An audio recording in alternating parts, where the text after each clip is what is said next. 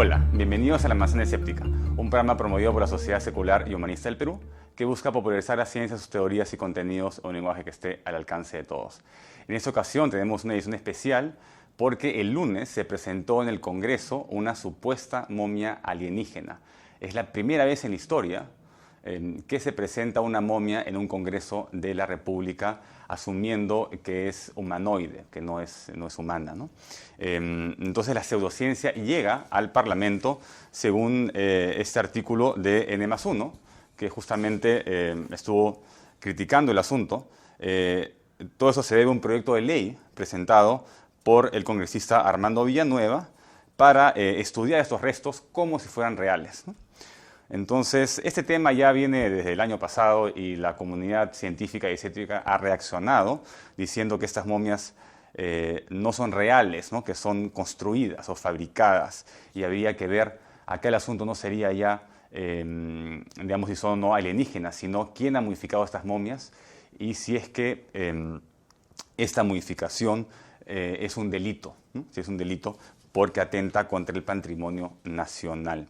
Bueno, para eso tenemos como invitado especial a Rodolfo Salas, que es paleontólogo, es investigador adjunto y profesor de la Facultad de Ciencias y Filosofía de la Universidad Peruana Cayetano Heredia, doctor en paleontología de la Université de Montpellier, en Francia, e investigador asociado del American Museum of Natural History en Estados Unidos.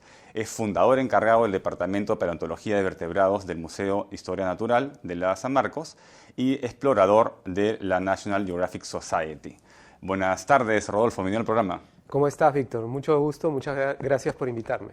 Bien, acá estoy consternado pues, por todo lo que ha pasado en el Congreso, ¿no? ¿Tú qué opinas, no? Me sorprende, pero al final ya prácticamente se puede esperar cualquier cosa, lamentablemente, de nuestro Congreso que tantos problemas tiene ahora con este proyecto de ley que pretende declarar como de interés nacional la investigación de unas momias que no se sabe su procedencia exacta, que dicen que son alienígenas, pero que finalmente la evidencia no es ni contundente ni sólida.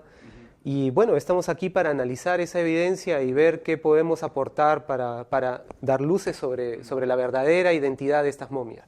Cuéntanos, Rodolfo, entonces, ¿qué implicancias tendría este proyecto de ley? Cualquier proyecto de ley lo que pretende es favorecer el desarrollo de la sociedad, del país, etcétera. En este caso de la investigación, pero para la investigación científica real, este proyecto de ley realmente no favorece en nada. Es triste ver que en el Congreso se le haya dado cabida a evidencia que no tiene ningún valor científico y que pone en vergüenza más bien a nuestro país frente a la comunidad internacional, pues a todas luces, ante cualquier investigador con un poco de conocimiento de anatomía, estos restos son totalmente falsos, no tienen ningún sentido anatómico. Hay mezcla de muchos animales, hay intervenciones, por ejemplo en la momia, la más grande, la que le llaman María, hay algunas intervenciones, le han retirado algunos dedos, han modificado también externamente, colocando una pátina, un material blanquecino que oculta estas modificaciones, estos cortes. Eso es evidente. O sea, si analizamos en detalle científicamente y con conocimiento de anatomía, cuáles son las modificaciones, cómo es que se han armado estas momias, o sea, no existe ninguna evidencia sólida que sustente que estas momias son reales o que estos cuerpos han sido un producto de una evolución orgánica. Nada de eso es posible de sustentar. Bueno, antes de analizar, porque vamos a ver al detalle dónde fallan estas supuestas evidencias de la momia alienígena, ¿no? Pero antes de entrar a ese detalle, bueno, en el Congreso no pudimos ver 4 horas y media del video de la sustentación, ¿no? Que fue bastante largo, ¿no? Pero es un poco lo que se venía repitiendo, aparentemente no hay nada nuevo de lo que se presentó el año pasado, ¿no? Pero en todo caso, ¿qué pasa con el CONCITEC? Por ejemplo, el CONCITEC asistió a esta presentación, pero hay un momento que no aguantó y se retiraron, ¿no? Sí. ¿No debería ser el CONCITEC la primera entidad del Estado en regular estas cosas y no debería permitir que los fondos públicos se vayan en estos mitos, ¿no? No, claro que no. O sea, el Consejo Nacional de Ciencia y Tecnología, el CONCITEC, bueno, tiene esta misión de desarrollar el conocimiento científico y obviamente ante esta evidencia que no tenía ningún tipo de base científica, pues ellos abandonaron el Congreso, ¿no?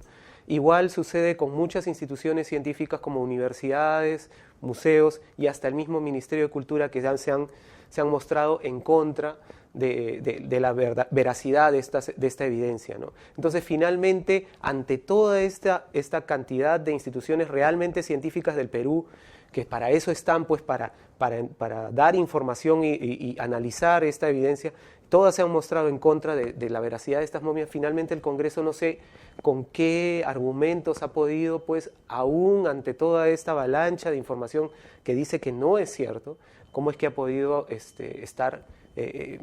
presentar este proyecto de ley, ¿no? Y durante 4 horas escuchar a estas personas con argumentos que realmente son carnavalescos. Pero lo que dice Maussan, que es el periodista mexicano que ha tomado ventaja de esto de acá y tiene su canal, sus videos en Netflix sobre las momias, según él, que ha convocado a un grupo de científicos interdisciplinario, ¿no? Y que él habla como si la comunidad científica ya hubiera acordado de que la evidencia es verdadera y que es válida y que hay algo ahí humanoide. Bueno, es cierto que participan algunos científicos internacionales. No conozco la trayectoria de ellos, pero también es cierto que la evidencia que se ha presentado no es contundente en ningún aspecto. O sea, dicen, por ejemplo, por un lado, que una de las momias tiene 90% de ADN humano, que el resto no se ha identificado, pero que el hecho que no se haya identificado no significa que sea, pues, ni alienígena ni nada. Simplemente no se ha identificado, puede haber contaminación en la muestra, no puede haber sido tomada correctamente, simplemente no hay las bases de datos suficientes como para saber de dónde proviene ese ADN. Hay muchas formas en las cuales eso no se puede tomar, pues, como evidencia de algo. Bueno, los ufólogos dirían que por ahí que es un híbrido, ¿no? Como los extraterrestres están obsesionados con el sexo, con los terrícolas. Hasta los híbridos en los animales, hasta los híbridos tienen un sentido anatómico. Tienen una consecuencia entre las partes y las formas y los huesos y sus articulaciones. En este caso no existe nada de eso. Vayamos entonces directamente a analizar la evidencia presentada, ¿no? Tal vez podemos comenzar por las manos. ¿Qué pasa con el problema de las manos? Porque sale que tienen 3 dedos y 3 dedos de los pies también, ¿no? De las manos y de los pies. Sí, en la momia María, que es la momia que primero se presentó, que es una momia nazca típica en la posición fetal, a esta momia tiene 3 dedos en las manos y 3 dedos en los pies. Cuando uno analiza y ve los dedos de las manos y los pies, lo que ve es que son muy largos o aparentan ser muy largos. En realidad, lo que ha sucedido ahí es que estos 3 dedos en realidad son el índice, el medio y el anular, que se han mantenido, y el meñique y el pulgar se han sido retirados. Otra cosa que se ha hecho con las manos ha sido cortar la piel entre los dedos, entre los metacarpos. Entonces los dedos aparentan ser mucho más largos. Y haciendo simplemente un estudio de la forma y la proporción de los dedos, simplemente cortando estas partes de las palmas de las manos, los dedos adquieren las proporciones de los dedos que tiene la momia María. Entonces esta momia alienígena parece un ser humano mutilado, más que un alienígena. Es un ser humano mutilado. Cuando uno ve las radiografías a las que he tenido acceso, ve que todo el esqueleto es absolutamente humano. Todos los huesos son totalmente humanos y se ve consistencia entre las partes, etc. Lo único que faltan son dos dígitos en las manos y 2 dígitos en los pies. Y entonces eso tampoco tiene mucho sentido porque cuando uno ve las manos y los pies ve que los 3 dedos son exactamente iguales a los de un humano, pero si hubiera sido un ser que hubiera evolucionado, tendría algunas modificaciones para solo tener 3 dedos. No es que es una mano de 5 dedos con 3 dedos. Eso es lo que es. Entonces, eso tampoco tiene ningún sentido. Ningún análisis podría sustentar eso. ¿Y qué pasa con el cráneo, con otras partes? En esta momia solo hay modificaciones externas. Los huesos corresponden perfectamente con los de un humano moderno. Porque los Nazca tenían deformaciones craneanas, ¿no? Sí, entonces, sí, claro. Esta momia es una momia que tiene el cráneo deformado. Pero eso no es alienígena, simplemente le ponen unas tablas y sí, estaba de moda tener el cráneo así, ¿no? Exacto, eso se ha documentado en la arqueología peruana desde hace muchos años, ¿no? O sea, encontrar cráneos con deformaciones es algo normal en nuestras culturas prehispánicas, ¿no? Así, eso era una especie de rito. Y bueno, Eso no hace nada extraña a la momia. De repente para un extranjero esto se ve un poco muy curioso, muy raro, ¿no? Lo que sí hay modificaciones externas en la cara, ¿no? Que han pretendido pues darle estos ojos como mucho más grandes o ese tipo de cosas, ¿no? O remarcar los arcos en la región frontal. Por eso que tiene esta cal y es tan blanca, ¿no? Normalmente las momias no tienen esa contextura. Esa cal la han utilizado para rellenar, aumentar. Claro, este tipo de material parece que tuviera algo de yeso y atomita, como dicen los análisis, y es una mezcla que ha sido utilizada para cubrir esta momia y cubrir justamente aquellas partes, pues seguro, que no se puede, donde han habido modificaciones, ¿no? No se sabe quién las ha colectado ni dónde, ni en qué situación. Pero Maussan dice que hay unos científicos que la han colectado, pero no ha sido debidamente documentada. Eso crea una historia ex post facto. Originalmente estas momias fueron aparentemente colectadas por un huaquero. No se sabe quién es el huaquero, no se sabe dónde en Nazca. Han mostrado imágenes de un lugar que supuestamente es un templo con unas piedras así muy grandes, pero no existe ninguna evidencia del lugar donde se han colectado. Y pues, obviamente, un resto que no tiene procedencia, ni que ha tenido un control estratigráfico o riguroso a la hora de la colecta, pues pierde muchísimo valor científico, ¿no? Entonces, por ningún lado esta historia tiene pues una parte sólida, todo esto es deleznable, es una historia... Bueno, y debería estar abierta a la comunidad científica, deberían ponerla en un museo, pero no la muestran, ¿no? Claro, no las muestran. Solamente la mandan a laboratorios que ya han acordado. Mire, sería suficiente con abrir estas manos, por ejemplo, de la momia María, y ver si tiene articulaciones para las falanges laterales. Si tiene articulaciones en los metacarpos para las falanges laterales, es obvio que las falanges han sido retiradas, porque ahí están las articulaciones, tiene que haber una falange que corresponda. O sea, es tan simple como eso, ¿no? No hay mucha ciencia muy profunda que hacer, simplemente es muy fácil pero no se quiere mostrar. No se quiere mostrar la evidencia porque obviamente se caería, pues. Entonces, las manos han sido modificadas y los pies con seguridad, ¿no? Y también me contaste de un cráneo de otra especie que le han puesto la cara en la parte trasera. Se ven los ojos, está muy clarito ahí, se ven los ojos, una boca pequeñita, ¿no? El borde del rostro se ve muy claro también. Y estos cráneos han sido analizados con radiografías y pues es sorprendente que los radiólogos y las personas que las han analizado no se den cuenta que en realidad estos son cráneos de animales, en los cuales lo que han hecho es simplemente en la cara posterior del cráneo han dibujado los ojos y la boca.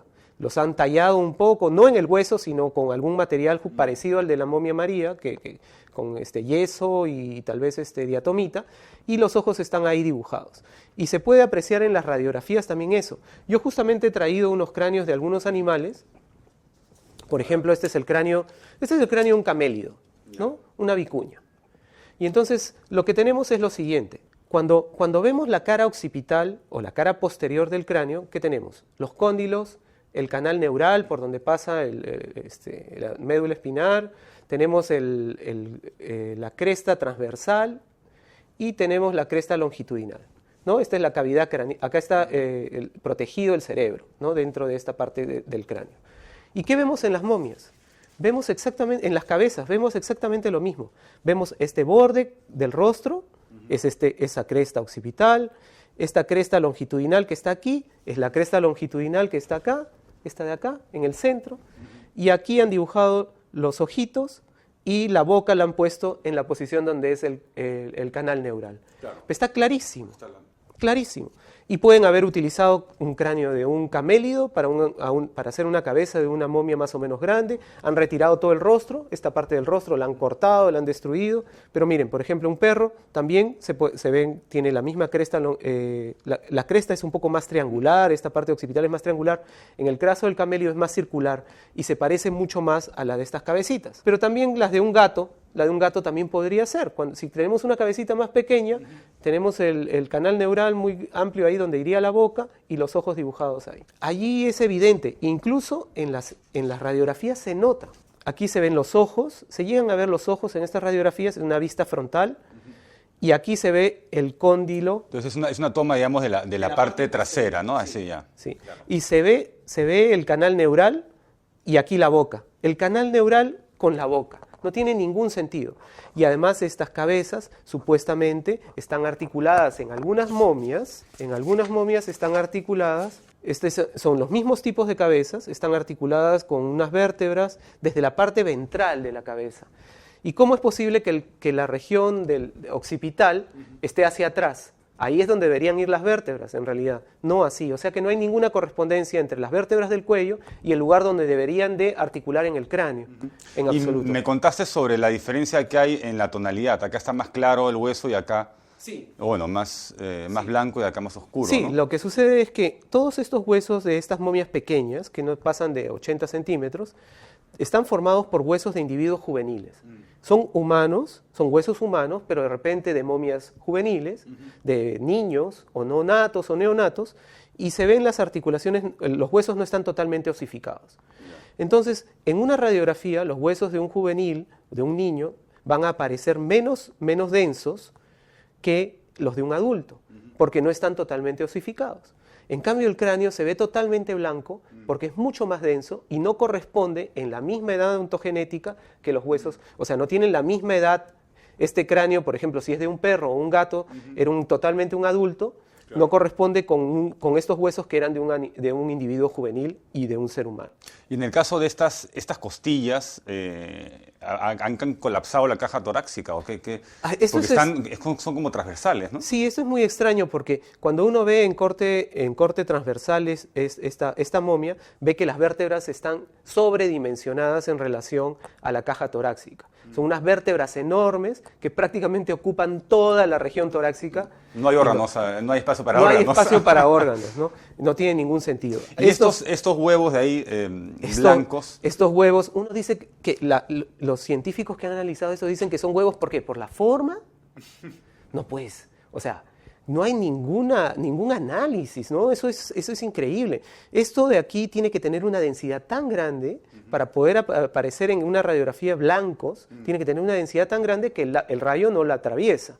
En el caso, si fueran huevos no sería ese el caso, de ninguna manera, ¿no? Entonces podrían ser, por ejemplo, metálicos, podrían ser unas láminas metálicas o podrían ser, no sé.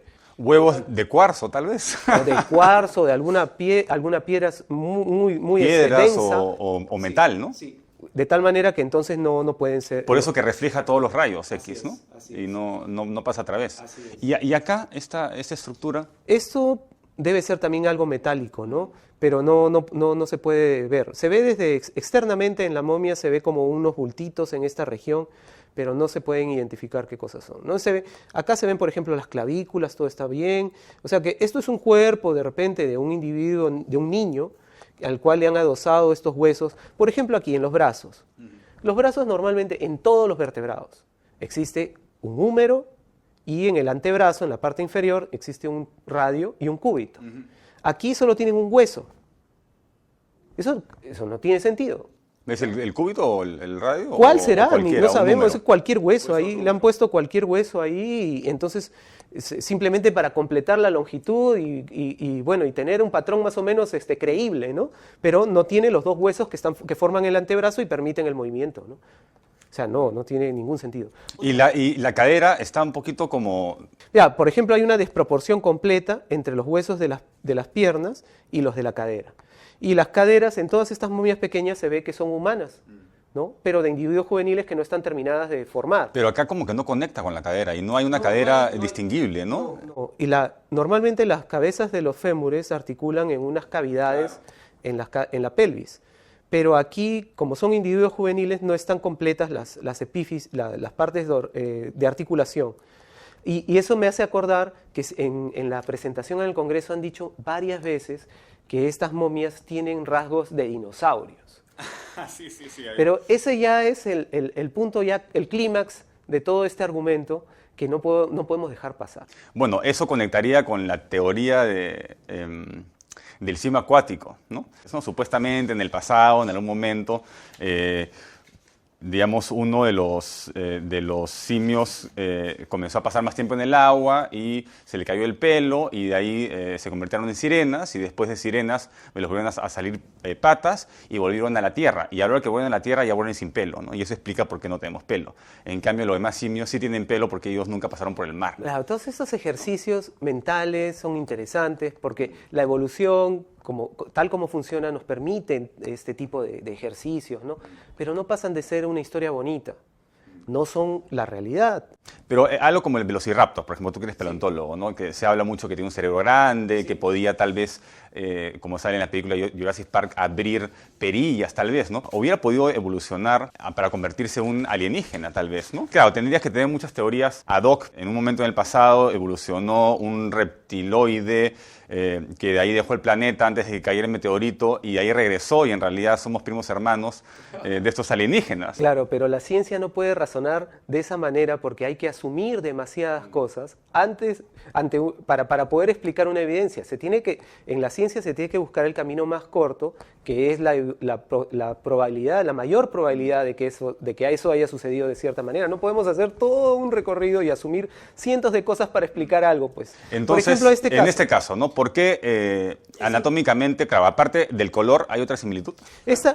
Son las reconstrucciones que hizo un paleontólogo que descubrió a este dinosaurio que se llama Troodon formosus, que es un dinosaurio del final de la era de los dinosaurios, este dinosaurio tenía una característica particular. Su cerebro era particularmente grande en comparación con otros. Entonces él hizo un ejercicio mental y dijo, ¿qué hubiera pasado si este dinosaurio no se hubiera extinguido y hubiera sobrevivido 65 millones de años y entonces se hubiera convertido tal vez en un ser como este, totalmente bípedo, descendiente de este dinosaurio inteligente, con un cerebro grande y con una cara reptiloide? Estas personas que están tratando de vincular a estas momias con características de dinosaurios parece que se hubieran inspirado en esta idea loca de Dale Russell, que fue solamente un ejercicio mental, ¿no? Pero que de ninguna manera, por ejemplo, en las momias que estamos mirando, en las momias de Nazca, de ninguna manera hay alguna pizca de algo de dinosaurio. Mira, yo trabajo en cocodrilos fósiles. Los cocodrilos son parientes de los dinosaurios y he visto muchos esqueletos de dinosaurios y cómo osifican los huesos y cómo son la forma de los huesos. Ningún hueso de ninguna de estas momias tiene absolutamente nada de dinosaurio, ni en el crecimiento, ni en el desarrollo. Entonces son básicamente huesos humanos y huesos de otros mamíferos. Así es. Claro, cuando se les hace pruebas de carbono 14 salen con una antigüedad de más o menos 1500 años y tiene total lógica porque son huesos arqueológicos, ¿no? Lo que nos hace pensar pues en que han destruido momias reales, han recolectado restos de animales arqueológicos porque también estos animales eran enterrados a veces en entierros prehispánicos y han utilizado de manera indiscriminada y mezclando huesos de adultos con juveniles y eso se puede ver claramente, por ejemplo, en las manos. Muy interesante, ¿no? O sea, se ve impresionante, una mano con muchas falanges, se ve una mano pues rarísima, parece un dinosaurio externamente, pero la osificación de estos huesos, las características son típicas de un humano. Todos los huesos acá son de humano. La diferencia es, lo que más destaca es lo siguiente. Aquí hay dos filas de metacarpos, un metacarpo, dos metacarpos. En cualquier ser vivo, vertebrado, hay un solo metacarpo por dedo. Acá hay dos metacarpos por dedo. Eso no existe en la naturaleza. Entonces, esta gente ha armado estas manos utilizando por lo menos dos manos. Entonces, claro, si es que fuera alienígena, tendría que haber algún indicio de algún hueso que sea distinto. Entonces, lo que encontramos son huesos conocidos, que tú conoces muy bien, sí, pero organizados de manera distinta. Totalmente. Y pegados con cal. Sí, sí. Y ni siquiera los han pegado bien. No, no. Y acá se ve en este detalle, ¿no? Por ejemplo, esta es la mano, hacia acá están las falanges, y estos son los metacarpos, y esta región de acá es una mezcolanza de huesos, todos reconocibles.